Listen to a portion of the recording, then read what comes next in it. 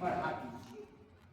और भारत में तो नहीं, वेस्ट में तो जितने साइकोलॉजिस्ट और फिलोसोफर हैं उन्होंने नाटक लिखे अधिकतर, चाहे सार्थक साहब का नाम है, चाहे बैकेट साहब का नाम है, चाहे एरिस्टो का नाम है, चाहे हेराल्ड पिंटर का नाम है, ये लोग दार्शनिक इतने बड़े विचारक हुआ करते थे जो जीवन संबंधी सत्य को नाटकों के माध्यम से प्रस्तुत करते थे। तो बहुत बड़ा आंदोलन जो वेस्ट में चला, दुख की बात है कि भारत में ऐसा आंदोलन थिएटर के माध्यम से नहीं चल पाया। और हो सकता है आप लोग ले जाए, ये बात तो हिस्ट्री की होगी।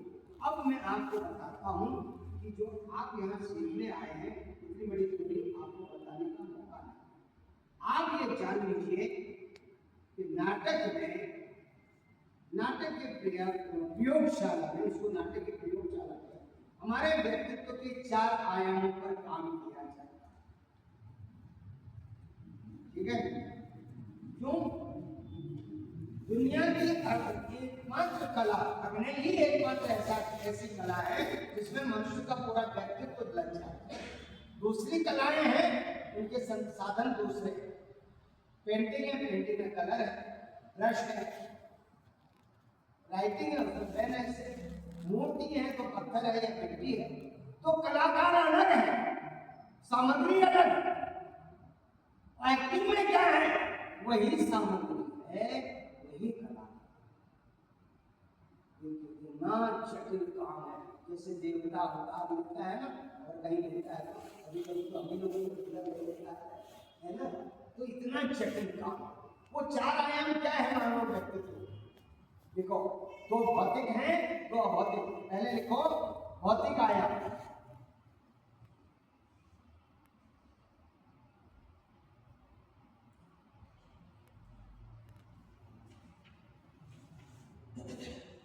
दूसरा लिखो अभौतिक आयाम।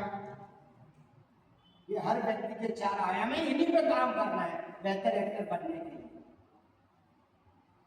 और बेहतर एक्टर बनने के साथ साथ इस पर हम काम करेंगे तो बेहतर मनुष्य भी बनेंगे। इसलिए कहा जाता है ना, थिएटर के माध्यम से मनुष्य का विकास होता है, ऐसे नहीं होता। स्कूलों में थिएटर का जो कॉम्पिटिशन किया जा रहा है, ऐसे नहीं किया। और भी विधाएं हैं, लेकिन थिएटर जो काम करता है दूसरा नहीं कर सकता। तो भौतिक आयाम में लिखो वाणी और शरीर, और इन्हीं पर सब लोग अभ्यास कराएंगे आपको।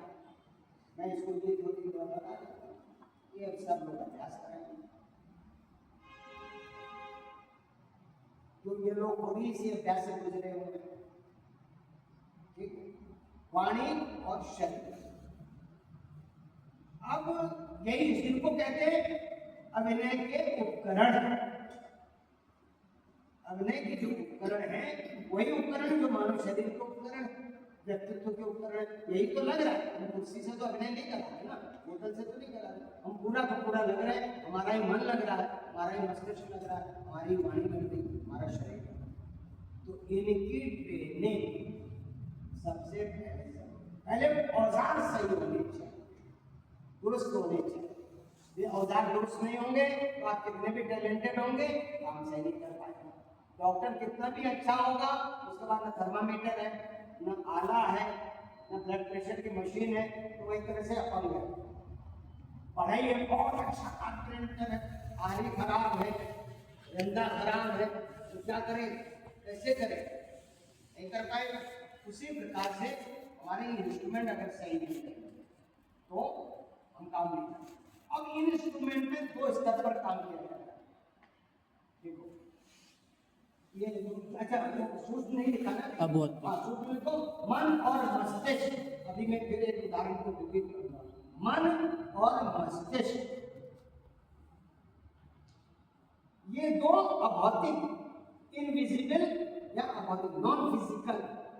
वो पहले तो है जो फिजिकल, हालांकि उसमें वाणी अदृश्य इनविजिबल है, लेकिन वो फिजिकल भौतिक।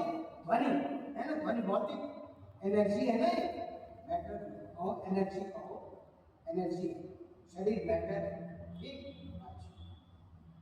तो ये जो मन और मस्तिष्क की बात बाद में बताऊंगा, पहले ये बताइए कि जो बॉडी है, सारे जो या वाणी, इन सब में दो तरह का काम किया है। नंबर एक, to become a proper human being.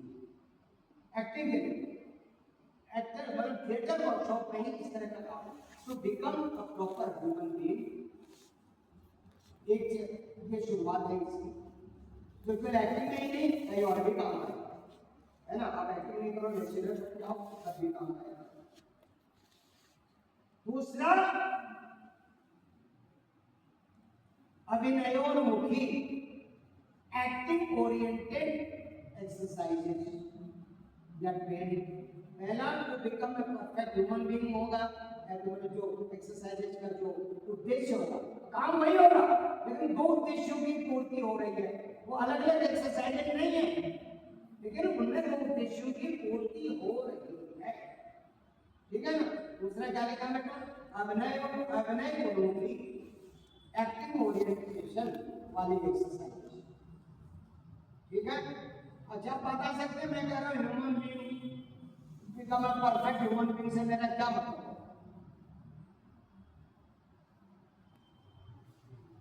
हम स्वस्थ हो, स्वास्थ्य हर व्यक्ति के लिए जरूरी है ना।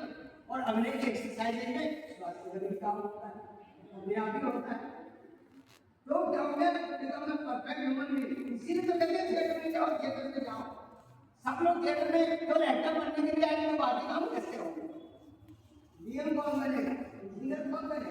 लेकिन थिएटर में आओगे तो आप बेहतर इंजीनियर बन जाओ, बेहतर डॉक्टर बन जाओ, बेहतर किसान बन जाओ। एक चीज में उदाहरण बता देता हूँ तो दिया होगा। मेरे गुरु राजमिसारिया जी, जब मैं बीए में पास आउट कर चुका था 86 में, तो पहले स्थान पर आया था, तो मुझे इंटर्नशिप भी मिली थी। उसका रिजल्ट जारी होने वाला था, लेकिन सब 5 यूरोपीय देशों की यात्रा पे जाने वाले थे और 5-6 घंटे के लिए और भी जाने से उन्होंने कहा नीचे मेरे रूम में आपको कुछ चीज नोट करा, तो 8-10 चीजें नोट कराई बेटा। और आखिरी पॉइंट क्या कहा उन्होंने, कदम बंद करो। 2 साल का कोर्स पूरा हो गया, फर्स्ट पोजीशन आई, और इतना आगे हो गए, मतलब मजाक भी ऐसा करते थे, मतलब बात से नहीं बन रहा। लेकिन बेटा ऐसा है, तुम अब एक्टिंग करो ना करो, मुझे कोई मतलब नहीं। तुम अब डायरेक्शन करो ना करो, थिएटर छोड़ दो, मुझे कोई मतलब नहीं है। लेकिन अगर तुम अपने लिए जूते में कील ठोकने का काम भी चुनो या झाड़ू लगाने का काम भी चुनो, तो मैं सुनना चाहता हूं हिंदुस्तान के टॉप मोस्ट 3 कील ठोकने वालों में एक तुम्हारा नाम हो कम से कम, या 3 टॉप मोस्ट झाड़ू लगाने वालों में एक तुम्हारा नाम हो कम से कम। वो व्यक्ति कह रहा है जो यूरोपीय थिएटर को निचोड़ चुका है, जिसने शेक्सपियर को निचोड़ दिया है और भारतवर्ष में शेक्सपियर की टॉप मोस्ट अथॉरिटी माना जाता है। वो व्यक्ति अपने शिष्य से कह रहा है, कब कह रहा है, मैंने झाड़ू लगाने का कोर्स थोड़ी किया, जूते भी खरीदने का कोर्स थोड़ी किया, लेकिन कोर्स करते हुए ह्यूमैनिटी से रिलेटेड जो हमारे जो लक्षण होते हैं, सिम्टम होते हैं, प्रॉपर्टीज होती हैं, उन पर कैसा काम होता है। ऐसा काम होता है जो काम करोगे वही अच्छा करना अनिवार्यता है, नहीं तो थिएटर करना बेकार। एक्टिंग ना करो तो थिएटर करना बेकार नहीं। दुनिया में हर आदमी एक्टर बनेगा तो क्या हो, देखने वाला कौन मिलेगा ये भी तो सोचो, है ना। तो हम करें जी ज्यादा से ज्यादा लोग आए और थिएटर करें, फिल्मों में जाए, और फिर देखेगा कौन? तो परफेक्ट नहीं जाओ तो अच्छी बात है, वही एक्टिंग कर सको, वही करके देखो तो अच्छी बात है। नहीं जाओ तो परेशान होने वाली बात नहीं है। तो यहाँ की ट्रेनिंग आप जहां भी जाओगे वहां काम आएगी, जो भी काम करोगे वहां काम आएगी, ठीक है। बात समझ में आ रही है? तो जो हम बॉडी की बात कर रहे हैं, स्वास्थ्य सबके लिए जरूरी है। और थिएटर की एक्सरसाइज में इस बात का काम होता है, बॉडी पर सही ढंग से उठे, सही स्टांस हो, सही ढंग से चले। तो लोग कुछ ऐसे बैठते रहते हैं, ऐसे उठते रहते हैं, कोई बैठे रहता है, हिलाता रहता है, कोई कुछ करता रहता है, बिल्कुल नॉनसेंस बिहेवियर होता है। एक परफेक्ट ह्यूमन बीइंग की तरह आपका बैठना बहुत ग्रेसफुल लगना चाहिए और एनर्जेटिक लगना चाहिए, स्फूर्तिवान लगना चाहिए।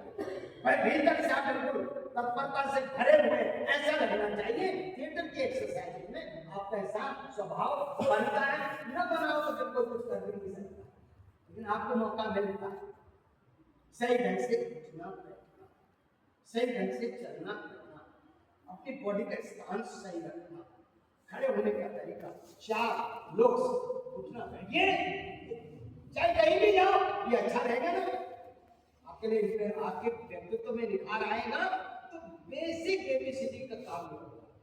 अब एक्टिंग ओरिएंटेशन काम होगा तो एक्टिंग ओरिएंटेशन में भी ये काम आता है, लेकिन उस पर आगे चलकर क्या एक्टिंग में और क्या ज्यादा स्पेशली चाहिए, स्फूर्ति चाहिए, एनर्जी चाहिए, पूरी बॉडी लगानी पड़ती है। एक एक घंटे डेढ़ घंटे तो जिस प्रकार फुटबॉल खिलाड़ी का की एनर्जी स्टेमिना होता है, हॉकी का स्टेमिना एनर्जी होता है, वो एक एक्टर में होना ही होना चाहिए।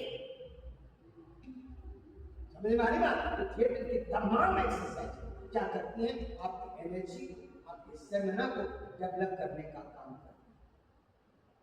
वो ऐसा नहीं कि आप जब भावना चलवाएंगे तो कैसा करेंगे, ऐसा नहीं हो, ये काम करें तो ये एक्टिंग में काम आएगा। क्योंकि आपका स्टेमिना होना ही चाहिए।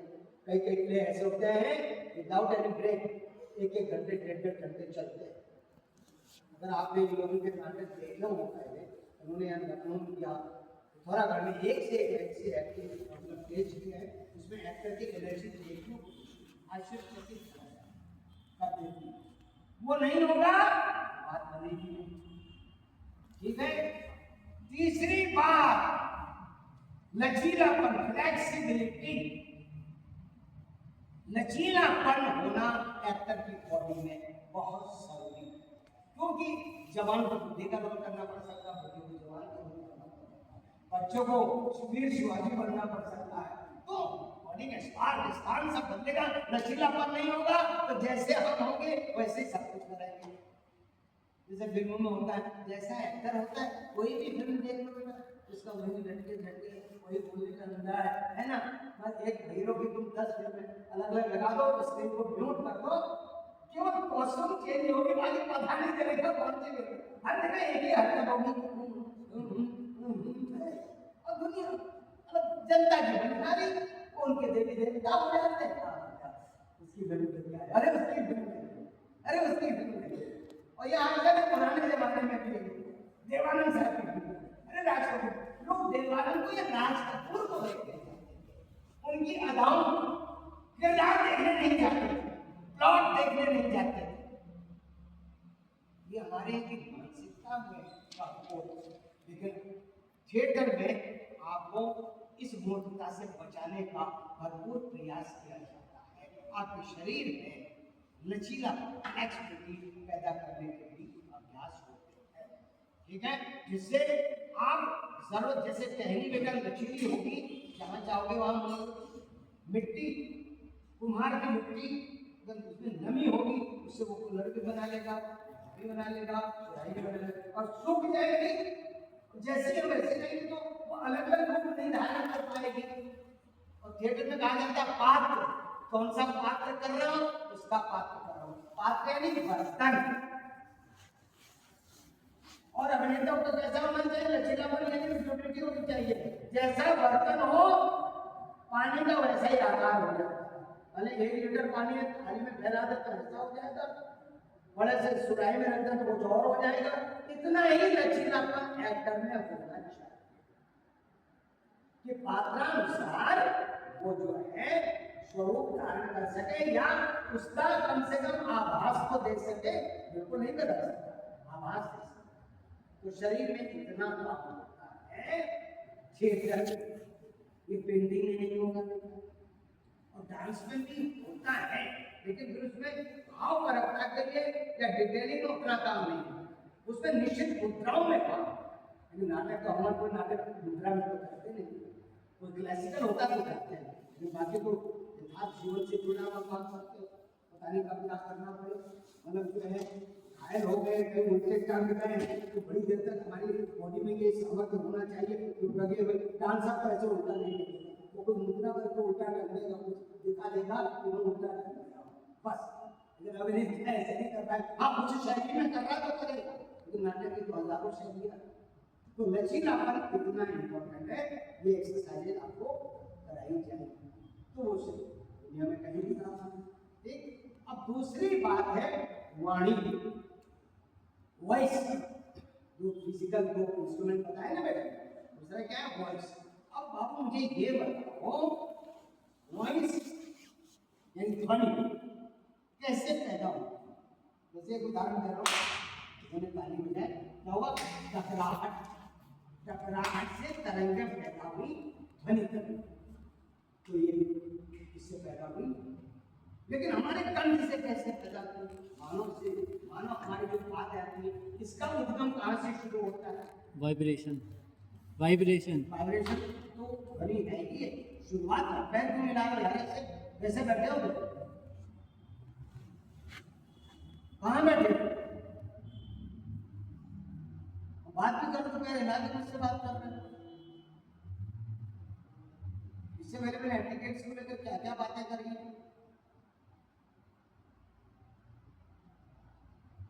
तो कुछ थोड़ी खेल रहे हैं। अपने को इज्जत देना सीखो, दूसरों को नहीं। अपनी पर्सोना को इज्जत देना सीखो। लंबा टपोरी जैसे न दिखो, ग्रेसफुल दिखो, सुसभ्य दिखो, सुसंस्कृत दिखो। वाइब्रेशन सही कह रहे हो, लेकिन वो शुरू कहां से हो रहा है? जैसे गाड़ी चलने के लिए पहली जरूरत क्या है? इधर क्या है? फ्यूल है, पेट्रोल है। पहली जरूरत पेट्रोल है ना, वहां से बात शुरू होगी ना, ये तो स्टार्ट ही नहीं होगी गाड़ी। तो इस प्रकार से पहली जरूरत हमारे कंठ की ध्वनि को क्या है? जो इधर का काम करता है, पेट ऑर्गन है, पेट टंकी, पेट्रोल क्या है? अगर पेट टंकी है तो मैं तो मटेरियल की बात कर रहा हूं ना, वो तो जगह है। हवा, हारमोनियम बजाते हो, जब ब्लो करते हो तभी बजता है, नहीं तो बजता ही नहीं। निकलती है तभी निकलती है, तो स्वर ध्वनि होती है। इसी तरीके से हमारे शरीर यानी हमारी जो भाषा, जो स्वर ध्वनि पैदा होती है, उसका आधार क्या है? हवा। और इस हवा के लिए कौन से ऑर्गन जिम्मेदार है? लंग्स, फेफड़े। जो इनहेल करता है फेफड़ों में तो जाता है, और पेट से जो कहते हैं ना, पेट रेजोनेटर, पेट वो जगह नहीं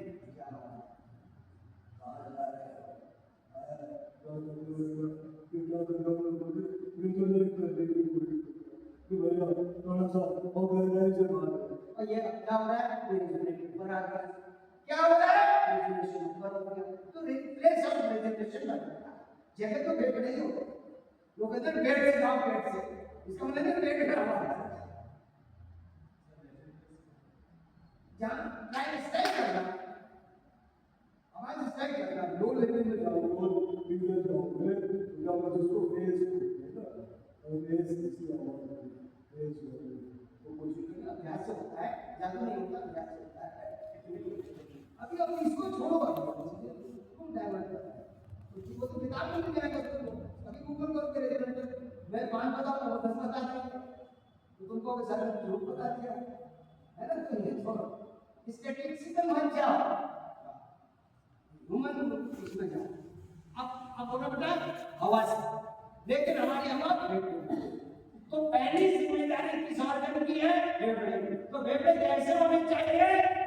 कितने मजबूत होने चाहिए कि ज्यादा से ज्यादा फैल सके, ज्यादा से ज्यादा से ज्यादा वायु को ग्रहण कर सके, ज्यादा से ज्यादा देर तक उसको धारण कर सके, और फिर बाहर छोड़ने में वो कंट्रोल के साथ संकुचित हो सके। यानी कि जब उनमें इतना दम है, अगर उस सेल्स में दम नहीं है तो क्या होगा?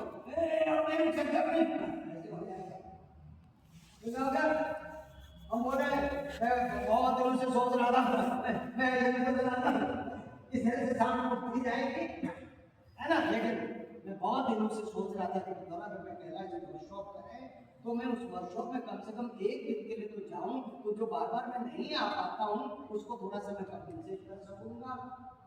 जब सांस रहेगी तो चलेगी, नहीं तो मैं बहुत दिनों से सोच रहा था पिथौरागढ़ में कैलाश जी वो सब करें तो ये क्या हो रहा है, मेरे फेफड़ों में सांस है ही नहीं, थोड़ी थोड़ी हो रही, छूट जा रही है, तो फेफड़ों में दम नहीं है, तो एक एल्सर के साथ में बहुत बड़ा ड्रॉबैक हो जाएगा कि नहीं? तो उसके फेफड़ों में इतना दम, ये दम कैसे आया? केवल आपको श्वास प्रश्वास का अभ्यास करना, गहरी से गहरी सांस लेनी है, ज्यादा से ज्यादा देर तक ठहरना है और बहुत स्लोली कंट्रोल्ड वे में उसको एक्सेल करना। ये रोज अभ्यास करिए तो आपके फेफड़े मजबूत होंगे, आपकी जो धारणा शक्ति होगी वायु की वो डेवलप होगी, तो आपके वोकलाइजेशन में आपको बहुत मदद मिलेगी। ठीक है, लेकिन केवल हवा से तो काम नहीं चलेगा। ये हवा कहाँ टकराती है? कंठ पे टकराती है। तो लेकिन हवा कंठ पे टकराती है तो कंठ से तो शब्द नहीं बनता, शब्द कहीं और बनता है, लेकिन कंठ का बड़ा रोल है।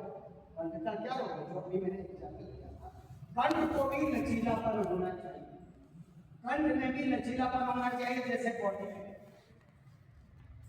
लचीलापन नहीं होगा तो हमेशा एक ही स्केल में बात करेंगे। एक पेज का डायलॉग है, आधा पेज का डायलॉग है, तो पता चला मैं एक ही स्केल में बात करते चले जा रहे हैं। इससे क्या होगा? बोरियत, मोनोटनी। मोनोटनी आर्ट की सबसे बड़ी दुश्मन। एक दशक है ना, बोर हो रहे, बोर हम क्यों होते हैं? जब बड़ी देर तक एक जैसा लगने तो बोर होते हैं ना। वो क्यों होती? जो कोई वेरिएशन नहीं आता, विविधता नहीं आती है, तो बोर होने लगते। तो अगर हमारे जो वोकल कॉर्ड्स वो फ्लेक्सिबल नहीं होंगे तो हम जो भी बोल रहे होंगे, भले कितना सच्चा बोल, भले कितना मन से बोल रहे, कितना बिल्कुल भावपूर्ण होकर बोल रहे, वो एक जैसे लेवल पर जाएगा तो थोड़ी देर में ऑडियंस को बोरियत होगी। अब ऐसा क्यों होता है? या तो हमें सेंस नहीं है, या फिर हमारे वोकल कॉर्ड्स रिजिड हैं, वो एक ही जगह पर सेट है, फैल या सिकुड़ नहीं सकते, तो वो हमारी मजबूरी बन जाती है। जैसे बेटा कोई किताब है, किसी का कोई बुक हो बेटा, देखो कोई बुक हो या कोई नोटबुक में कुछ लिखा हो, उदाहरण दे देता हूँ,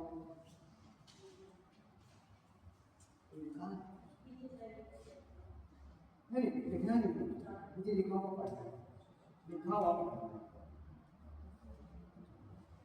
अब सुनना बेटा, अनुभव ही सर्वश्रेष्ठ शिक्षक है, ये स्वामी विवेकानंद जी की कही हुई एक सार्थक वाणी है। किसी जगह के बारे में सुनना और उस जगह को साक्षात देखना, दोनों में अंतर है।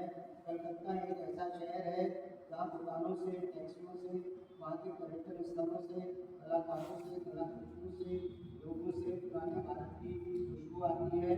बेलूर मठ और दक्षिणेश्वर देख के ऐसा लगा जैसे इस दुनिया में ऐसे कितने स्थल हैं जहाँ बोरियत हो रही नहीं होती है।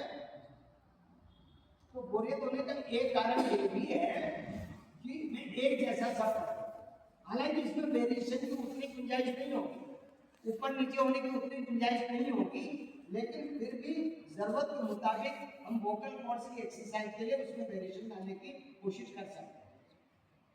अनुभव ही सर्वश्रेष्ठ शिक्षक है, ये स्वामी विवेकानंद जी की कही हुई एक सार्थक वाणी है। किसी जगह के बारे में सुनना और उस जगह को साक्षात देखना, दोनों में अंतर है।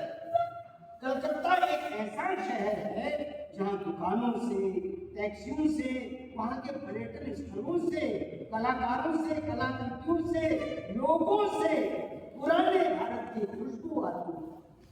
बेलूर मठ और दक्षिणेश्वर देखकर ऐसा लगा, देख के नहीं लिखना चाहिए, देख कर। तो हालांकि हम शुरू में उतार चढ़ा, लेकिन फिर भी शब्द के भाव के मुताबिक उसकी उठान और गिरान तो हो सकती है, लेकिन खामखा नहीं करना, मतलब के हिसाब से करना नहीं। ये नहीं कि विविधता लानी है, बोरियत बचानी है तो कहीं पर कुछ भी कर दो, ऐसा नहीं हो।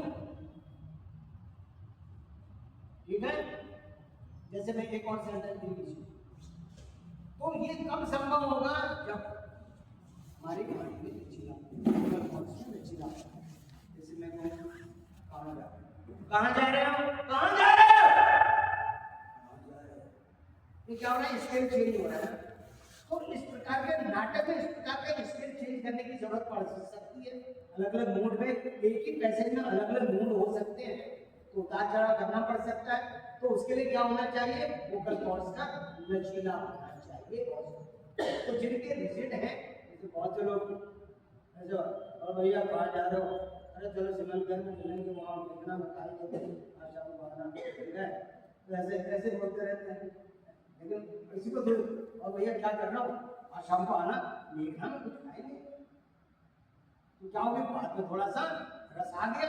तो एक्टर अगर इस प्रकार से जरूरत मुताबिक रस नहीं भरेगा तो उसकी मेहनत पर पानी फिरेगा, उसकी तो जान जाते होगी, ऑडियंस को मजा नहीं आएगा। क्योंकि आप सच्चा भी कर रहे हैं, मेहनत भी लगा रहे हैं, सब कुछ कर रहे हैं, लेकिन वो सरस नहीं बनेगा। ठीक है, बात समझ में आ रही? तो इसके लिए लचीला होना जरूरी। लेकिन इनका लचीला होना तो हो गया, लेकिन अभी भी तो क्या ध्वनि ही निकल रही है, शब्द तो यहां से नहीं निकल रहे ना।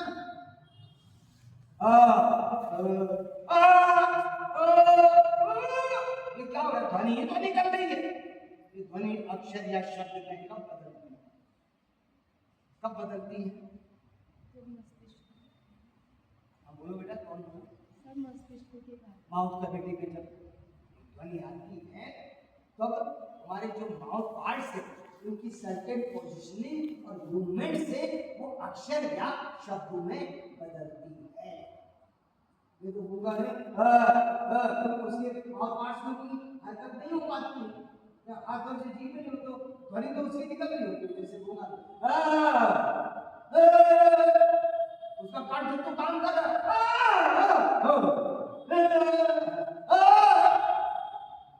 तो कंठ तो काम कर रहा है, सांस भी चले रही, लेकिन क्या हो रहा है, ये काम नहीं कर रहा है।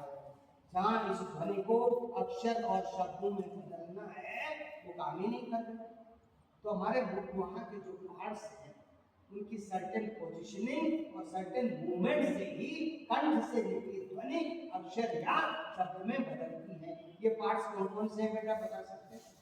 बताइए, कौन से माउथ कैविटी के कौन से पार्ट्स हैं जो ध्वनि को शब्द में बदलने के लिए जिम्मेदार हैं? जीभ, होंठ, जीभ, दांत, तालू, जबड़े।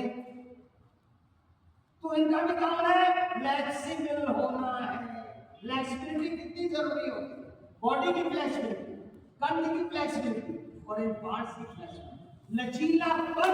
लचीलापन नहीं होगा तो जरूरत के मुताबिक स्वरूप धारण ग्रहण नहीं कर सकते।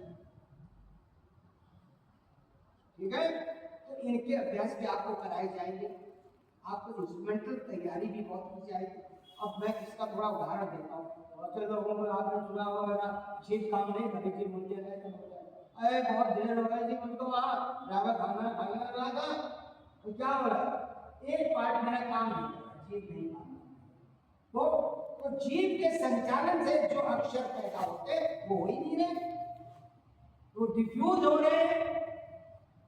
इसी तरीके से बहुत से लोग प्रॉपर जबड़े नहीं बोलते, जबकि दीर्घ स्वर हम बोलते हैं तो जबड़ों का संचालन बहुत, जैसे अ बोला आ ई उ, आ ई में जबड़ों का संचालन हुआ, होठों का संचालन हुआ। ये प्रॉपर नहीं होगा तो बहुत से लोगों को हमने देखा जबड़े बोलते ही क्यों, जीवन में तो काम चल रहा होता है, जीवन में नुकसान तो हो नहीं रहा होता है, कहीं पेंशन नहीं कट रही होती है, कहीं टैक्स नहीं लग रहा होता है, तो ऐसे बोलते हैं अरे ठीक है आ जाएंगे, तुम चलो हम आते हैं, कीजिए हमें कीजिए, आ रहे हैं वो आ रहे हैं, तो क्या करें, जबड़े फिक्स से हिल ही नहीं रहे।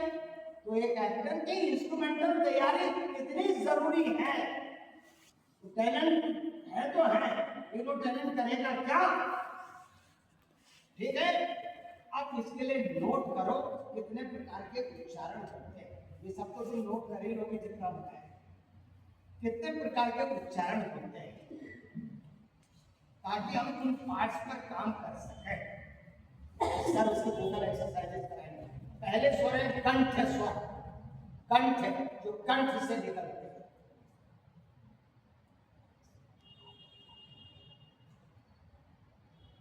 दूसरे स्वर है तालव्य स्वर,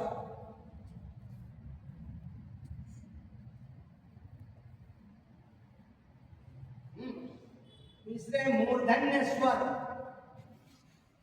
मतलब उच्चारण अक्षर बोलना है, स्वर बोलना उतना उचित नहीं है, स्वर तो केवल स्वर ही है, अक्षर बोला जाए तो ज्यादा अच्छा है ना। मूर्धन्य, फिर ओष्ठ, ओष्ठ स्वर, और फिर लिखो कंठोष्ठ, कंठ धन ओष्ठ। तो ये जो स्वर है इनके प्रॉपर उच्चारण होना चाहिए। दिक्कत क्या है कि हमारी हिंदी भाषा भाषी जो स्कूल है या शिक्षा प्रणाली है वह भाषा पर ध्यान नहीं दिया जाता। अंग्रेजी स्कूल में कम से कम अपनी भाषा पर ध्यान दिया जाता है, और दूसरा हम लोगों में थोड़ा रीजनल असर आता है। हम तो बुढ़ापे में शुद्ध बोल पाए, जब ये नहीं करने लगे तब हमें टोका जाने लगा बार बार बार बार बार बार, तब जाके बदले। ये तो अभी भी कहाँ जा रहे हैं, मेरे को तो नहीं आता। ये बोलना बुरा नहीं है, लेकिन हिंदी ऐसे नहीं बोलेंगे हम। जब रोड में आए तो कब नहीं बोलेंगे, ऐसे बोलेंगे, रोड में नहीं बोलेंगे, ऐसे असर आता कोई बात नहीं। लेकिन इतनी फ्लेक्सिबिलिटी होनी चाहिए कि जब ऐसी जरूरत हो वैसा व्यवहार हो जाए। तो कंठ स्वर में लिखो बेटा, अ आ ई ई, जो और करो, अ बोलो सब लोग, अ, और साथ साथ बोलो पूरा बोल, अ महसूस कर रहे हो यहाँ कुछ हो रहा है, है ना, यहाँ कुछ हो रहा होगा। अब ऐसे बोलना तो सही नहीं है ना, अच्छा है, बहुत अच्छा है, ऐसे बोलते थे, अच्छा बहुत अच्छा। तो जो जैसे बोला जाना चाहिए वैसे बोला जाना चाहिए। हाँ, कभी कभी ऐसा भी आपको हो सकता है जो शुद्ध नहीं होता है या बहुत ही अस्पष्ट होता है, उस समय तो ऐसे बोलने का एक ऐसा अभ्यास करना कि तुम्हारी वो आदत हो जाए। एक पोजीशन नोट कर लो, जो हमारे लिए आवश्यक है उसका हमें अभ्यास करना चाहिए, और अभ्यास ऐसा करना चाहिए, इतना करना चाहिए कि वो हमारी आदत बन जाए, और आदत इतनी दोहरानी चाहिए कि वो हमारा स्वभाव बन जाए, और स्वभाव इतना मेंटेन करना चाहिए वही बात हमारा गुण। और जो चीज हमारा गुण बन जाएगी तो वो कभी भूलेंगे कभी हटेगी। तो सबसे पहला सूत्र क्या, अभ्यास, अभ्यास लगातार करत करत अभ्यास के जड़वत बहुत सुना कहा ही गया है। बहुत कितना सोच समझ के कहा, छोटी छोटी बड़ी बड़ी सरल बातें हमारे पुराने जमाने में पूर्वजों ने ऐसे कह दी हैं, वो बहुत बड़ा फलसफा है। लेकिन हम कहते हैं गाँव के लोगों ने कहा तो उसको ध्यान नहीं देते, वो है बड़ा फलसफा। अच्छा, तालव्य, इसके बाद तालव्य बोलो। तालव्य में कौन सा शब्द जो है तालव्य कहना, पहला जो होता है शरीफा बोलते हैं है ना, शर्मा शर्मा, तो जो पहला स्वर है वो तालव्य, वो तालु से क्या, जीभ हमारी तालु की ओर मुड़ती है तो उसके लिए तालव्य बोलते हैं। इसी तरीके से इतना नहीं, कुछ कम जो है कुछ और अक्षर भी बोलते हैं बेटा, श श श श ञ, ये सब भी क्या है, तालव्य। श च छ च छ, लिख डालो सामने, लिखा हेडिंग तो लिखी है ना, ये तालव्य है।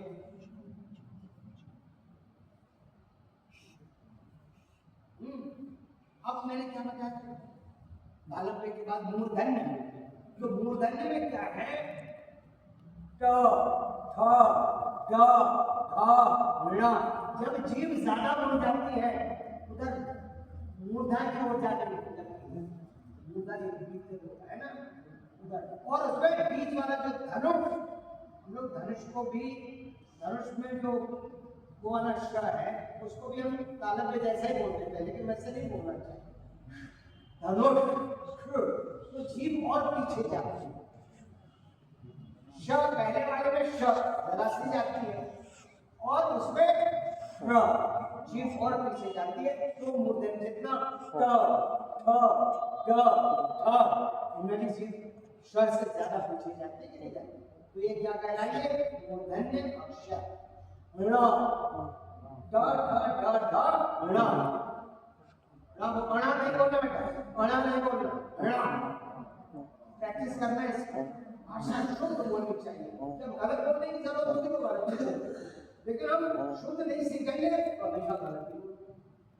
तो शुद्ध बोलने का अभ्यास होना ही होना चाहिए, इससे व्यक्तित्व का विकास भी होता है। अप्रत्यक्ष रूप से जो व्यक्ति भाषा शुद्ध बोलता है तो इसका मतलब उसके ध्यान में बारीकी है, उसकी दृष्टि में, उसकी समझ में सूक्ष्मता है। जब समझ में सूक्ष्मता होगी तो बाकी काम भी वो थोड़ा सा नियम के आसपास ही करेगा। नहीं तो लापरवाही। भाषा अशुद्ध बोलने का मतलब एक सामान्य जो रोजमर्रा की चीज है, हमारे काम की चीज है, उसको हम अशुद्ध बोल रहे हैं तो हम बहुत हद दर्जे के लापरवाह व्यक्ति हैं। कला के काम में लापरवाही कहाँ चलेगी? किसी भी काम में लापरवाही नहीं चलेगी। तो इससे हमारे गुणात्मक सुधार भी होता है। नाटक के अभ्यासों से होता है तो अभ्यास एक्टिंग के लिए है, लेकिन साथ में वो हमारा एक व्यक्ति के रूप में गुणात्मक सुधार भी करते चले जाते हैं। इसीलिए कहा जाता है ना, रंग व्यक्तित्व विकास का बहुत सशक्त माध्यम भी है, इसीलिए तो कहा जाता है। अब और कौन सा बच्चा बेटा? ओष्ठ में प फ फ म, ये 5 अक्षर तो बिल्कुल प्रबल रूप से, मुख्य रूप से ओष्ठ है। प फ फ म। और क्या बचा? दंत। दंत में बेटा स, तीसरा वाला जो होता है स, तीसरा। और एक य, अच्छा र को विशेष नाम दिया गया है, र अलग चीज है बेटा, इसमें कहने में बता दूंगा, र अलग है। य जो है लगभग दंत है, य व जो दंत ओष्ठ, क्योंकि व में नहीं बैठा, उसके लिए पहले जबड़ा नीचे लाना ही पड़ेगा। वो जबड़ा नीचे लाएंगे, अगर जबड़ा नीचे नहीं लाएंगे बेटा तो वो ऐसे होगा कि नहीं होगा? वो कहना है कि जबड़ा पास में लाना ही पड़ेगा, दांतों को एक दूसरे के करीब लाना पड़ेगा। इसका एक अलग नाम है, वो बता दूंगा, व्हाट्सएप कर दूंगा। तो इस प्रकार के बेटा ये विभिन्न उच्चारण के स्थल है, इनको उच्चारण स्थल कहा जाता है ना। किस उच्चारण स्थल से कौन सा अक्षर बोला जाता है, इसकी बेहतर प्रैक्टिस करनी है तो आपका जो डायलॉग डिलीवरी होगी वो बहुत प्रभावशाली होगी।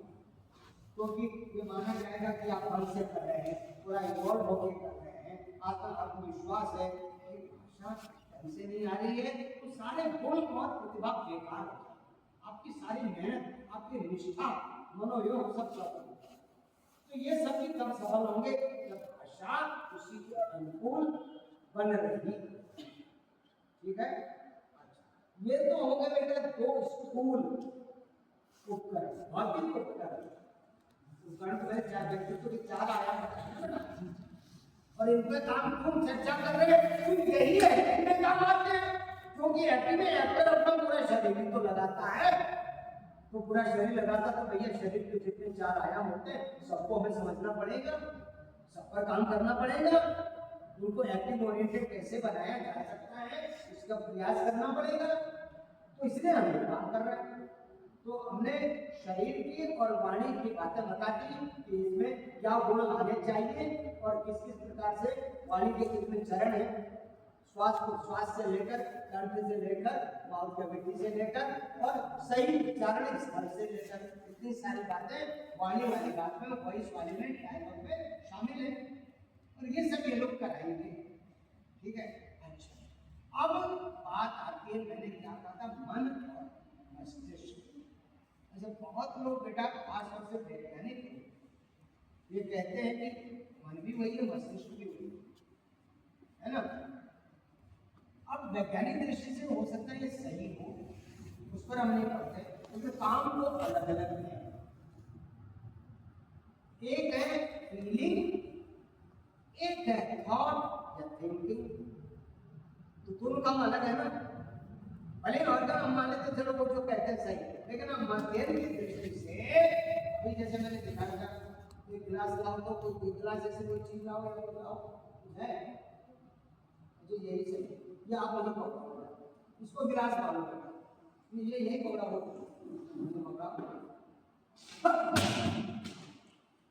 बहुत गर्म था यार, क्या था इसमें, इतना गर्म कैसे? अभी क्या हुआ बेटा, हमने कल्पना की, अभिनय में कल्पना ही तो करनी पड़ेगी ना, सच में तो होगा नहीं, सच में होगा तो अगले दिन घायल मिलेंगे, अगला सब कैसे करेंगे, तो कल्पना करनी पड़ेगी, तो मैंने कल्पना की, इसको मैं गर्म मानूं, गर्म है तो फिर क्या हुआ, गर्मी की अनुभूति होनी चाहिए, फीलिंग होनी चाहिए ना, तो फीलिंग चिंतन तो नहीं है बेटा, चिंतन तो सोच विचार है ना, मुझे ये हुआ तो फीलिंग है या चिंतन का, ये तो अनुभूति है, चिंतन कहाँ शुरू होगा, तो कैसे चला, ये तो नहीं लगा, वह क्या चाहिए, इसको कोई केमिकल तो नहीं लगा, ये क्या हो रहा है, चिंतन, ये सोच विचार होगा, तो दोनों बातें अलग है कि नहीं, भले ही उसी मस्तिष्क से हो रही हो वैज्ञानिकों के अनुसार, लेकिन हमने अध्ययन की दृष्टि से इसको दो भागों में बांट दिया है, मन अनुभूति, मस्तिष्क चिंतन। तो देखो बेटा, तो जो सूक्ष्म तो अभौतिक आयाम हमने जो दिखाए थे, अभौतिक आयाम में लिखो मन और मस्तिष्क अलग अलग लिखना, तो मन से जुड़ा है बेटा अनुभूति, फीलिंग, और मस्तिष्क से जुड़ा है थिंकिंग यानी चिंतन, सोच विचार, समझ में आ रही बात, और इन दोनों पर भी बहुत काम करना पड़ता है, और इन्हीं पर बहुत ज्यादा काम करना है, इन पर काम नहीं होगा तो हाथ पर क्या करेंगे, तो ये भगवान क्या बोले, ऐसे बोले, ठीक है। अब मैं तुमको थोड़ा सा एक उदाहरण देता हूँ, जिसमें चारों आयामों पर काम होगा, मैं कुछ बोलता हूँ, कोई सेंटेंस ऐसे बोलता हूँ जिससे आपको पता चल जाएगा कि कोई चीज बाहर किसी को प्रदर्शित करने के लिए भीतर एक्टर को कितना काम करना पड़ता है। तो ये तो अब आप जान लीजिए कि मनुष्य के जितने आयाम होते हैं व्यक्तित्व के, उन चारों में ही थिएटर वर्कशॉप में काम किया जाता है। एक तो बेसिक ह्यूमन क्वालिटी पैदा करने के लिए, दूसरा उस व्यक्ति को में एक्टिव ओरिएंटेशन, अभिनय की गुणवत्ता, अभिनय के अनुकूल गुणों के योग्यता के विकास के लिए काम किया जाता है। लेकिन उसके लिए भी काम किया जाता है, तो वो भी टोटलिटी में अगर आप अभिनय में ना भी जाएं तो आपको एक बहुत ही चिंतनशील, विचारशील और संवेदनशील मनुष्य बनाकर बाहर निकालता है। तो आप किसी भी फील्ड में काम करेंगे तो आपके काम आएगा। एक छोटा सा उदाहरण दे रहा हूँ, हमारी वर्कशॉप में एक बार हाईकोर्ट के वकील साहब ने, उन्होंने प्रशिक्षण लिया, एक बार गोरखपुर के एबीएस पूरा कर चुके थे, इंटर्नशिप करने लखनऊ आए थे, तो उन्होंने भी वर्कशॉप करी। और इसमें वो उड़ई डिस्ट्रिक्ट में सीएमओ है। हाईकोर्ट में जो वकील साहब है वो बहुत बढ़िया काम कर रहे हैं। एक एमआर भी करी, वो इसमें बहुत बढ़िया डेंटिस्ट है। तो वर्कशॉप खत्म होने के बाद उनका जो फीडबैक था, तो उन्होंने कहा था, सर हमें लगता है जीवन में हर व्यक्ति को एक बार थिएटर वर्कशॉप कर लेनी चाहिए। और जो उड़ई में सीएमओ है उसकी जगह पर उन्होंने कोरोना के काल में अपनी जान की परवाह न करते हुए इतने लोगों का जीवन बचाया है, तो उनको शाबाश मानना है। तो यानी मानवीय गुणों का विकास होता है, मनुष्य का गुणात्मक विकास भी होता है। आप एक्टिंग फील्ड में न जा पाए या सफल ना हो तो निराश होने की जरूरत नहीं। आपको कुछ को मिला, कुछ का मिला, बहुत महत्वपूर्ण चीज मिली, तो ठीक है, एक्टर नहीं बनेंगे, राइटर बन सकते हैं, डायरेक्टर बन सकते हैं, डिजाइनर बन सकते हैं, मैनेजमेंट में जा सकते हैं। ठीक है, बात समझ में आ गई? तो अब मैं एक मोटे तौर पर बता रहा हूँ कि बेटा प्रीति, चाय बना दो, तो चाय की कप आ रही, गिलास आ रही, गिलास आए तो टूट जाएगा, लेकिन तब तक कोई दूसरी बात मैं बेटा एक बात बोलूं, एक सेंटेंस सिर्फ है ना, और उस सेंटेंस को मैं तरह तरह से बोलूंगा। अब एक चीज ये सुन लो एक एक्टर को एक सेंटेंस बोलते हुए कई निशाने एक साथ साधने पड़ते हैं। किसी भी सेंटेंस की मीनिंग के नहीं, अब मैं दूसरा आप बताते ही जाए। एक सेंटेंस के पीछे चार बातें होती हैं। एक तो उसका शाब्दिक अर्थ, बाकी का जो ऊपर शब्दों का अर्थ एक वो होता है। दूसरा उसका भावार्थ, उसका मंतव्य क्या होता है, उसका मंतव्य क्या, ठीक है। तीसरा उससे हम क्या प्रभाव पैदा करना चाहते हैं दर्शकों के ऊपर, वो भी उसी सेंटेंस में वो क्वालिटी होनी चाहिए। और चौथी बात है सबटेक्स्ट। कई बार क्या होता है किसी सेंटेंस के पीछे कुछ छिपी हुई बात भी होती है, बल्कि कभी कभी तो ऊपर जो कहा जा रहा होता है वो होता ही नहीं है, कुछ उसमें छिपी हुई बात होती है, जिसको बोलते हैं अंग्रेजी में सबटेक्स्ट और हिंदी में बोलते हैं निहितार्थ। तो एक बार बोलते हुए ये चारों चीजें संपन्न होनी चाहिए, लेकिन कई बार निहितार्थ नहीं भी होती, ठीक है। तो मैं एक उदाहरण देकर बताता हूँ। एक मैं सेंटेंस बोलूंगा, एक गिलास पानी दो। ये सेंटेंस में कोशिश करूंगा कि 8-10 बार बोल सकूं। बेटा आप लोगों को शायद कम 8-10 बार बोलने की कोशिश करूंगा और आपसे पूछूंगा, उससे आपको ये पता करना है, आपस में डिस्कशन कर लेंगे ये जो कह रहा है ये व्यक्ति कौन होगा, और मोटे तौर पर एग्जैक्ट भी पता चलेगा कौन होगा, कैसा होगा, जिससे कह रहा है वो कौन होगा, कैसा होगा, इन दोनों के आपस के संबंध कैसे होंगे, मधुर होंगे, वो छोटे बड़े होंगे, क्या होगा, है ना। और इसमें व्यक्ति का मूड क्या होगा, या एग्जैक्टली चाहता क्या होगा, ये सारी बातें, ठीक है। चलिए एक बात और आप बताएंगे, फिर कोई चीज एक ही बात निकलेगी तो मैं बता दूंगा, नहीं लेंगे। एक गिलास पानी लेंगे, अब इससे क्या लग रहा है बेटा, क्या इस आदमी को बहुत ज्यादा प्यास है, ऐसा लग रहा है, और प्यास है भी कि नहीं है ऐसा भी सोच रहा हो, पता नहीं वो पानी पीने के लिए या किसी और काम के लिए, ये भी हो सकता है। जिस तरह से आप एक गिलास पानी लेते हैं, इसमें ये लग रहा है कि पीने के लिए भी नहीं है, शायद किसी और कहते हैं एक गिलास पानी ले, यही है ना।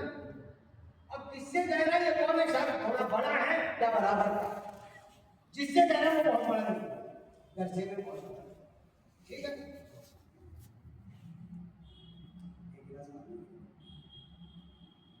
अब ये बड़ा विनम्र आदमी है, अंबर आदमी है, सॉफ्ट स्पोकन है, ये पता चल रहा है। तो चरित्र में अगर हमें दिखाना होगा ऐसा आदमी होगा तो बोलने कैसे बोला जाए तय करना पड़ेगा कि नहीं करना पड़ेगा।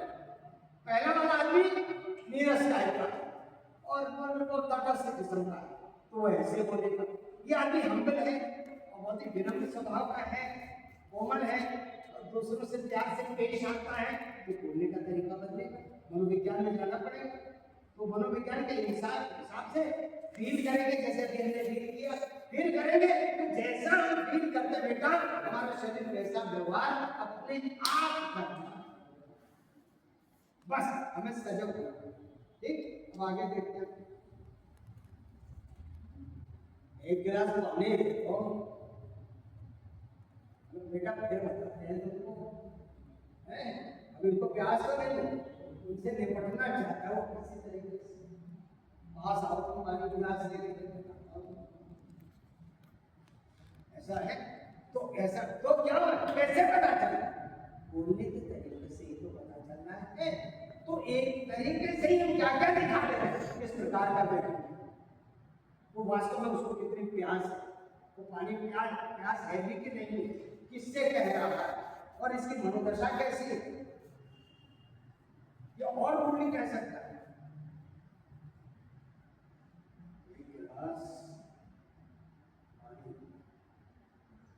पानी लाओ तो उससे आगे ना, ये भी हो सकता है।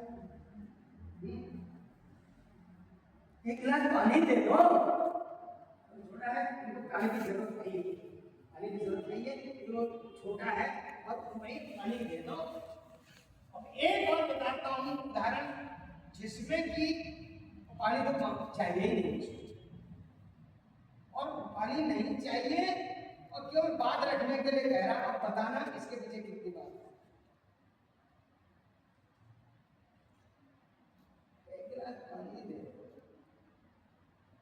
मतलब जैसे मैं किसी के घर गया, जरा सर ठंडा लाऊं गरम लाऊं, तो हमको पता है कि इसके मम्मी पापा तो बहुत कंजूस है, वो कहेगा भी अंदर जाके तो कुछ पता नहीं कितनी देर में रहेगा, तो बेटा तुम एक गिलास पानी ही पिला दो, ठीक है इसी में गरीब हो, एक गिलास पानी दे दो। अब एक बार कहने में ही ये सारा निकालना पड़ेगा, नहीं तो ब्यौरा लिखा जाएगा तो इसकी वृत्ति बड़ी होगी ना, ब्यौरा तो लिखा नहीं। तो एक बार के कहने के तरीके से कितनी बातें, एक गिलास पानी दे दो, अगर ये कह रहा है एक गिलास पानी दे दो, क्या इसको पानी की जरूरत है? इसको पानी की, यहां कुछ ऐसा हो रहा है वहां पानी की बड़ी सख्त है ना, या तो कोई मरना है या कोई दिक्कत आ रही है ना, तो ये एक गिलास पानी दे दो, एक गिलास पानी दे दो, मतलब आपने ज्यादा ही बड़ी, यहाँ जो इनको तो नहीं चाहिए, इनको चाहिए और एक गिलास पानी दे दो, अब लग रहा है इनको चाहिए, तो स्केल का भी यूज हो रहा है बेटा, वेरिएशन का भी यूज हो रहा है, वॉल्यूम का भी यूज हो रहा है, साइकोलॉजी का भी यूज हो रहा है। ये सब दिखाने का मतलब ये है कि एक्टर को एक ही समय में कई डायमेंशन पर सजगता रहनी है, कठिन पर, बॉडी के स्तर पर, वोकलाइजेशन के स्तर पर और साइकोलॉजिकल स्तर पर, उस पात्र के चरित्र चित्रण पर भी और परिस्थिति पर, क्या परिस्थिति है और कौन व्यक्ति है तो किस प्रकार व्यवहार करेगा, किस प्रकार बोलेगा या किस प्रकार वो एक्शन करेगा।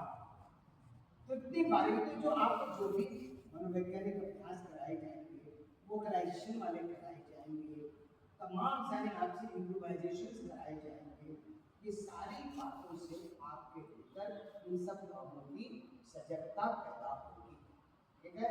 और मैं एक चीज और बताऊंगा आपको,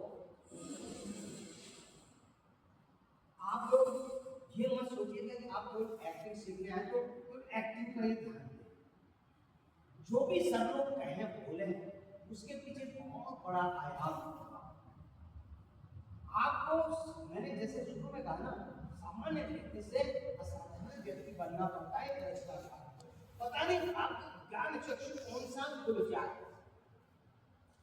आप जो एक्टिंग का उद्देश्य लेकर आ रहे हैं, लेकिन आपका ऐसा ज्ञान चक्षु, कोई इनलाइटमेंट ऐसी हो जाए कि आप ज्यादा बड़े स्तर पर काम कर सकते, हो सकता है बहुत अच्छे राइटर बन जाए, उसी कार्यशाला से हो सकता है बहुत अच्छे डिजाइनर बन जाए, बहुत अच्छे डायरेक्टर बन जाए। तो खुले दिल से डॉक्टर नहीं, दिक्कत क्या क्यों कह रहा है? आमतौर पर कार्यशाला में आने वाले लोग जो आते हैं ना, नाटक का शुरू होगा, नाटक से कब से करेंगे यार, कौन सा नाटक कौन सा होगा, ये सब होता है। मैं एक बहुत मजेदार उदाहरण दूंगा, वो तुम भी जानते हो। आज जिस दिन हम नाटक की अब एक्सरसाइज का प्लान, अब सर तो एक्टिंग करा रही है, पढ़ने पर अंतर है किस नाटक किस रोल में ज्यादा डायलॉग है ना, यूं गलत नहीं है, यानी अपने को और छोटा और संकुचित करते चले जा रहे हैं। अब जिसका बड़ा वाला ज्यादा डायलॉग है, हम मन में धारणा बना लिए हैं कि हमको ये रोल मिल जाए, अब ये बना लिया मैं ये रोल करूंगा, मैं ये रोल करूंगा, और उनको रोल न मिला, सर ठीक नहीं है, तूने मैंने इतनी बढ़िया छोड़ो यार, जो अशोक क्या कर रही है, दूसरों को भी बढ़ रहा है, क्या कर रहे हैं, तुमको भी छोटा रोल मिल रहा है, वो मेरे को मिला, मेरे को मिला, छोड़ो यार, जो रोल ही नहीं मिल रहा है ऐसी भी बीमारियां पैदा हो जाती है, ऐसी भी बीमारियां पैदा। लेकिन हमने अपने जीवन में समझा जो रोल मुझे मिला है नाटक में, अभी तक 90 नाटकों में मैं एक्टिंग कर चुका हूँ, जिसके लगभग 550 शोज पूरे भारत में हो चुके हैं। तो वो इसलिए हो चुके हैं, उसमें 3-4 नाटक ऐसे हैं जिसमें हर एक के 7-7 शो हो। तो गिनती जो रोल मुझे मिला है वही मिली, मैं तो ये सोचती ये मैंने जोड़ी बना दी, भले वो 1 मिनट के लिए आ रहा है, मुझे इससे मतलब नहीं है। जो रोल मुझे मिला वो मेन है। क्यों अपनी जिंदगी में मेन कौन है? मेरी जिंदगी मैं हूं ना। अब मैं तुमको 1 मिनट दिखाई पड़ूं बेटा, या 2 घंटे पूरा दिखाई पड़ूं, ये तुम्हारा भाग। मैं तो मैं हूं, मैं 1 मिनट स्टेज पर हूं ना, लेकिन हूं तो जब से पैदा हुआ तब से, और तब तक हूं मैं जब तक मरूंगा नहीं। अब दर्शक ने 1 मिनट देख रहे तो क्या वो कहानी का गाना बना ऐसा है कि एक झलक मोड़ आया, उन्होंने देखा मैं निकल गया, मेरी जिंदगी आगे है। तो ये थोड़ी लेकर चलोगे, वो जो 1 मिनट करोगे वो याद, 1 मिनट में हम बीमार थोड़ी हो जाएंगे। भले 1 मिनट का रोल है, तुम्हारे भीतर से प्राण पीछे थोड़ी जाएंगे, हम कम थोड़ी हो जाएंगे, हम उतने ही तो रहेंगे ना, हम घटेंगे तो नहीं। तो मैं चिंता किस बात की? और अगर कोई लिखा है 1 मिनट का, तो लेखक ने लिखा, लेखक को बोला है क्या? अगर वो गैर जरूरी है, महत्वहीन है, तो लेखक ने लिखा क्यों है भाई? लिखा क्यों? तो लेखक का मान रखो, तो सिद्ध कर दो कि हाँ एक्टर छोटा बड़ा होता है, रोल छोटा बड़ा होता है। बड़े रोल को भी छोटा एक्टर छोटा बना के रखो, छोटे रोल को भी बड़ा एक्टर बहुत बड़ा बना मैग्नीफाई किया। मैं बता रहा हूँ, मेरे परम मित्र विजय शुक्ला, हम बैचमेट भी है, पट्टी में भी साथ में रहे इसी को, ताकि इस वर्षों में सब कुछ ना हो। इसलिए ये बीमारी बहुत घटिया बीमारी है, ये हमको मानवीय स्तर से नीचे लाएंगे। क्या हुआ बेटा कैलाश? जर्मनी से फिक्स बेनिफिट्स आ रहे थे डायरेक्ट करने के लिए, उन दिनों डिपार्टमेंट में कोर्स चल रहे थे, यही अंधेरे नगरी में करता था मैं। इसी में एक नाटक को बोली है जिसके 7 शो, उसमें अंधेरे नगरी में राजा का रोल करता था, बनिया और कबाब वाले। अब उन्होंने एक मैंने कहते कि आप मैसेज आ गया राजा के पास कि आप जो रंगमंडल के कलाकारों को स्क्रिप्ट पढ़वा दीजिए, तो स्क्रिप्ट मंगाई गई। अब देखो टूर चल रहे हैं, सब लोग काम कर रहे हैं, विजय शुक्ला अपनी तरफ से स्क्रिप्ट की फोटो कॉपी करा के बस की पिछली सीट में बैठे लेटे हुए और स्क्रिप्ट वो गैलीलियो याद कर रहे हैं, गैलीलियो वैज्ञानिक सजा होगी ना, वो याद कर फिर साहब के आने तक तो मैं याद ही कर दूंगा। और ये लोग अब हम लोग तो अब हो रहे हैं, स्टेप बना रहे हैं, गाँव जा रहे हैं, लेकिन वो पसरे होते मतलब एक आत्मता का भाव नहीं है, यूनिटी का भाव नहीं है, ग्रुप वर्क नहीं है, तो आपकी महानता किस काम की? आप होंगे बहुत ऊंची है, लेकिन आप कितना बड़ा अपराध कर रहे हैं। आपकी टीम वाले सारा सामान लाद रहे हैं, वो बस वहां रुकी, वहां से वो ओपन स्टेज है, वहां स्टेज पर चीजें पहुंचा रहे हैं, और आप इसके पढ़ रहे हैं। अब हुआ क्या मजेदार बात क्या हुई, तो फिर साहब आए, तो पूरी पूरी हिंदी बोलते थे, लेकिन बोलते थे और हिंदी बोलना उन्हें अच्छा लगता। उन्होंने दक्षिण भारत में बहुत काम किया, भारत भवन रंगमंडल में बहुत काम किया, भारत में शेक्सपियर के और ब्रेख्ट के कई नाटकों को उन्होंने लिया है, और जिस रूप में वो जाने जाते हैं। एनएसडी में उन्होंने हैमलेट डायरेक्ट किया था 1985 में, जिसमें पीयूष मिश्रा जी सेकंड ईयर में थे, उन्होंने हैमलेट किया था, वो नाटक नहीं हुआ मराठी। तो इस प्रकार वो डायरेक्ट किया। अब जब फिर साहब आए बेटा, 4-5 दिन इम्प्रोवाइजेशन हुआ, सब कुछ हुआ, विजय शुक्ला को वैलिडिटी रोल नहीं मिला, और जो लोग एक दूसरे मतलब बहुत तीसरे चौथे नंबर पर वो आते थे, योगेश भाई वो चले गए, उनको वो रोल मिल गया। जब भी विजय शुक्ला के उसमें के कंपैरिजन में बहुत कम प्रतिभाशाली, तो हुआ क्या होगा, ये कम प्रतिभाशाली आदमी डायरेक्टर की नजर में चल गया, और बहुत योग्य आदमी उनकी नजर में नहीं चला। क्या हुआ होगा, मतलब जब काम करके नमूना देखा होगा उन्होंने, क्या बात ऐसी हुई होगी, ऐसी दुर्घटना क्यों हुई होगी। विजय शुक्ला तो पूरे हिंदुस्तान में मारे जाते, वो श्री राम रेपट्री में रहे, एनएसडी रिपोर्टिंग में रहे, अभी तनवीर साहब की रिपोर्टिंग में रहे, डीएनए की रिपोर्टिंग में रहे, तो क्या हुआ होगा? आदमी का एटीट्यूड, जब काम करते समय अपने गुणी होने का अहंकार साथ में यात्रा करता है तो हमारा काम सब स्टैंडर्ड। वो फिर साहब पकड़ लिए होंगे, 65 साल के बुजुर्ग थे वो, उन्होंने दुनिया देखी थी एक्टर के भाव भंगिमा से, हरकत से, तो उन्होंने समझा भाई आगे मेरे को पहचान करेगा, ये परेशान करेगा मुझे, तो जो मुझे कॉपरेट करेगा, ले को कॉपरेट करेगा, ले को डेस्टिनेशन तक ले जाएगा, उस एक्टर को जो चुने जाएगा। यानी कि डायरेक्टर भी ये मत समझिए कि हम बहुत टैलेंटेड है तो हमको, हालांकि रोल को छोटा पर मैंने तो केवल, मैं उनका असिस्टेंट था, मेरा एक पेज का एक डायलॉग था, एक तो 5-6 मिनट के लिए आता था, मैं मुझे मजा आता था, ठीक है काम सुनने को मिल रहा है, वो भी बहुत बनते थे। जब वो दोबारा आए तो उन्होंने कहा था that time Lalit was my right hand, I need this time at least a little finger of right hand, provide me, लेकिन मैं मिलने गया, उन्होंने ये कहा था।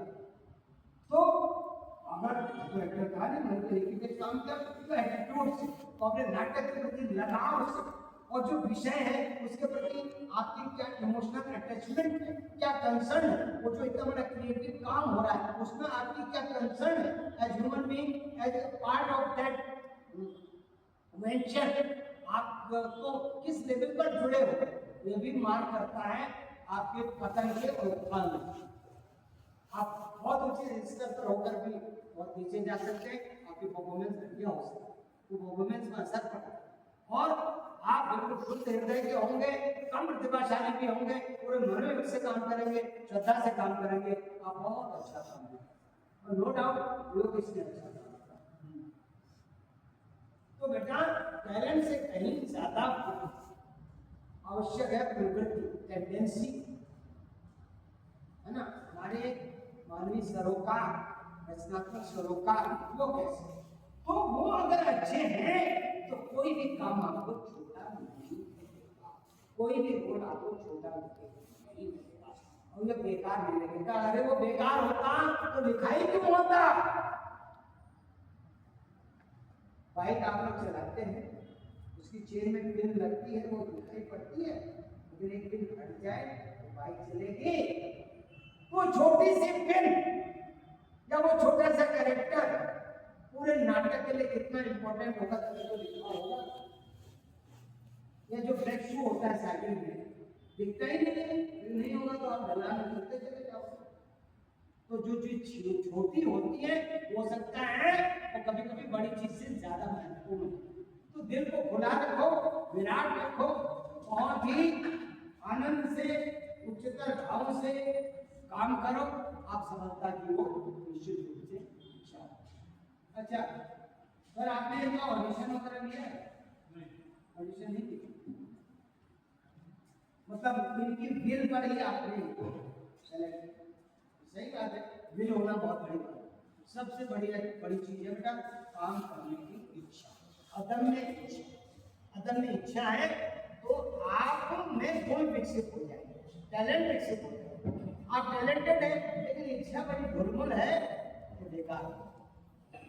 अब आप एक चीज नोट कर लीजिए, कुछ 3-4 कोटेशंस या सेइंग्स में ऐसी नोट कर जो आपके काम आएंगे कैरेक्टराइजेशन में काम।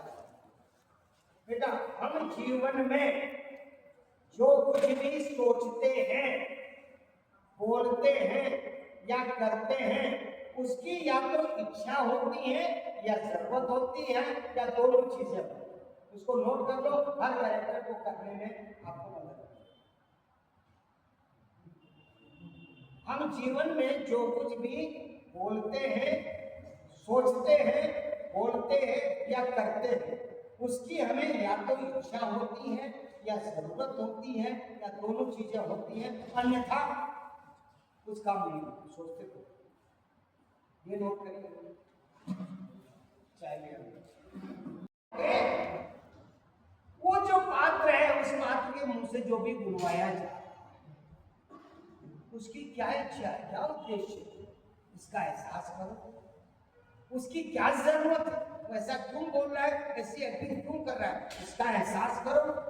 यानी पात्र की जो के द्वारा जो भी सोचा बोला किया जा रहा है, उसके पीछे की इच्छा और जरूरत को खोजो, उसका एहसास करो, वो अच्छा हो जाएगा। पहला फंडा ये आमतौर पर हम ये सोचते हैं, आमतौर पर हम लोग क्या सोचते हैं, अरे एक्टिंग सीखना है, ये तो पता नहीं क्या चीज है, अरे इसमें तो बड़े बड़े कॉलेज बने हुए हैं, बड़े बड़े इंस्टीट्यूट बने हुए हैं, अरे पता नहीं क्या चीज होने वाली है। चलो देखते हैं, ऐसा भी सोच के आते हैं। और कुछ लोग ये भी सोच के आते हैं, अरे एक्टिंग ऐसी तो हम कर ही लेते हैं, देखते हैं क्या होता है, ऐसा भी सोच के आते हैं। दोनों चीजें बताए, ये अपने आप को जानने समझने पहचानने का एक मंच है। थिएटर वर्कशॉप आपको उसमें क्रिएटिव मदद करती है। आप एज ह्यूमन बीइंग कैसे हैं, एक एक्टर के लेवल पर आप कैसे हैं, इसकी जांच पड़ती है। तो हमारे विवेक पर काम करता है कि हम इनका कैसा उपयोग करेंगे, है ना। तो मेरे ख्याल से ठीक है, वो न पालना। तुम लोग अभी नए हो तो अभी प्योर रहने की संभावना है। जो विकार रहित होता है उसको शुद्ध बने रहने की संभावना है। जो पहले से कुछ भरा हुआ है तो उसको सही करने की संभावना है। स्वस्थ आदमी की स्वस्थ बने रहने की संभावना है। बीमार आदमी को तो पहले बीमारी से मुक्त करो, फिर थोड़े दिन उसको स्वास्थ्य नॉर्मल कराओ, फिर उसकी हेल्थ का विकास करो। बीमारी की मेरी टॉनिक खिला दो तो भी दिक्कत हो जाएगी, है ना। सही कह रहे हैं ये बात। और बाकी पढ़ते रहना, अलग अलग साहित्य पढ़ो, केवल नाटकीय साहित्य पढ़ने से हमारी चिंतनशीलता बढ़ती है, संवेदनशीलता बढ़ती है, विचारशीलता बढ़ती है, ये एनालिसिस की ताकत बढ़ती है, विश्लेषणता की शक्ति बढ़ती है। हाँ, हमारा विजडम ओरिएंटेड विकास होता है, जो काम आता है जीवन में, काम आता है। मेरा पैतृक घर बेटा वहां है, और कैलाश दिल्ली में रहते हैं, तो बचपन में ये उसी प्राइमरी स्कूल में पढ़े होते हैं जिसमें पढ़ के मैं बाहर गया। बल्कि इनके गांव से वो स्कूल जाना है, इनको तो नीचे उतरना होता है, हमको ऊपर चढ़ना होता है ना। तो कहने का मतलब मैं भी यही का हूँ, मैं कोई बाहर से आया हुआ जानवर नहीं हूँ, मैं भी यही का हूँ।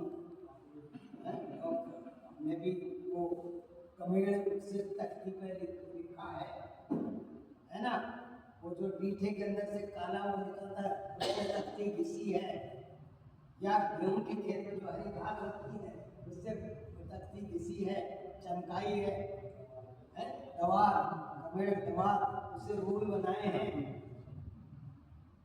तुम लोगों को सपने में भी शायद न दिखाई पड़ा होगा। 1.5 किलोमीटर 2 किलोमीटर ऊपर स्कूल होता था, जाते थे वहां, बस्ता टाल के, ठीक है ना।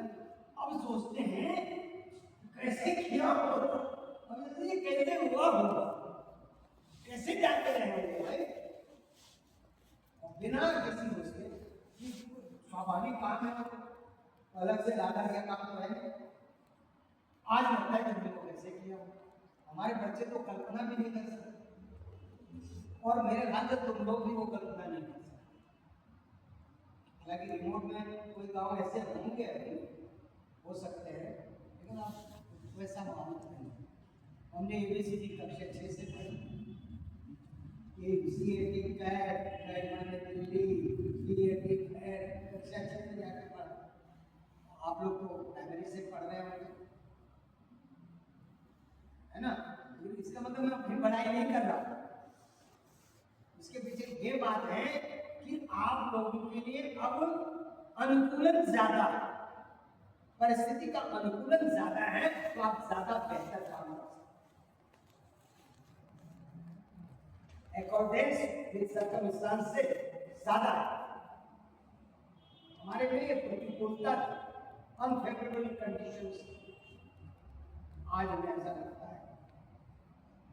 ठीक है ना, तो इन बातों को नोट करिएगा। और वो तो ध्यान, धैर्य और एकाग्रता तो लिख ही दिया है सबसे पहले कि 2 आयाम है, धैर्य और एकाग्रता, बताया था मैंने, इसके बिना कोई काम नहीं होता। तभी मैंने गुरु जी का उदाहरण दिया झाड़ू लगाने का और 3 रोज का, लेकिन मुझे सर्टिफिकेट दे दिया उन्होंने, बेस्ट स्किल हो गया। अच्छा, एक और आप लोगों से थोड़ा एक बात डिस्कस